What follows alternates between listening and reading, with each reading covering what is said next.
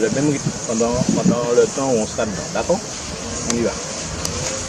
Mayline pratique le football depuis plus de 2 ans. Elle a intégré depuis sa création le 29 novembre la première école de foot affiliée à la ligue consacrée aux filles de 6 à 15 ans.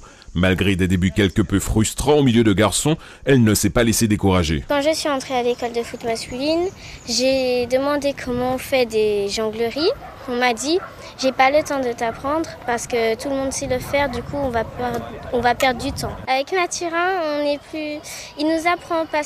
il va pas seulement nous apprendre le foot, il va aussi nous apprendre à rester calme, à contrôler le ballon, parce que le ballon, il faut que ça soit notre ami, qu'on réussisse à garder le contrôle sur lui. Tout comme Mayline, Talia et Mayline découvrent les bases de ce jeu et nourrissent déjà de grands espoirs. On peut aussi faire du foot aussi en France.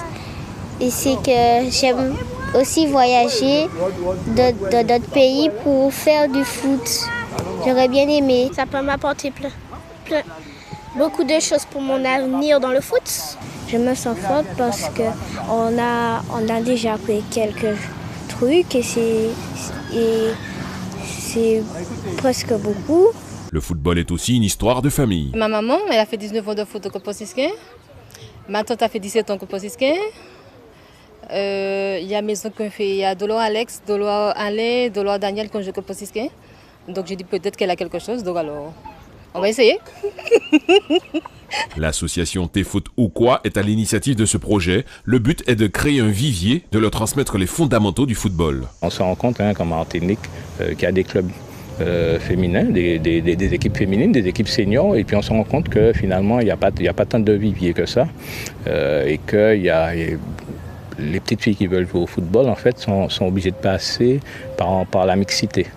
Et étant éducateur, je me suis rendu compte effectivement que la mixité, ça ne fonctionne pas toujours. L'idée, en fait, c'est de créer un vivier, de sorte que demain, qu'on puisse même avoir un championnat, ne serait-ce que U13 pour les filles, quoi. À moyen terme, donc pour les filles qui veulent aller au pôle, en section sportive, au collège, donc de les former pour ça.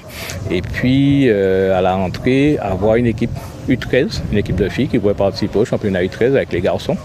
Et puis, notre objectif, c'est en 2019, essayer d'aller voir la Coupe du Monde féminine qui aura lieu en France, précisément en 2019. Donc, on se prépare pour toutes ces choses. Ces graines de championnes s'entraînent le mercredi après-midi et le samedi sur le terrain de Corridon à Fort-de-France, derrière l'espace culturel. Pour l'heure, l'objectif est d'obtenir le label d'école de football féminin par la Fédération française.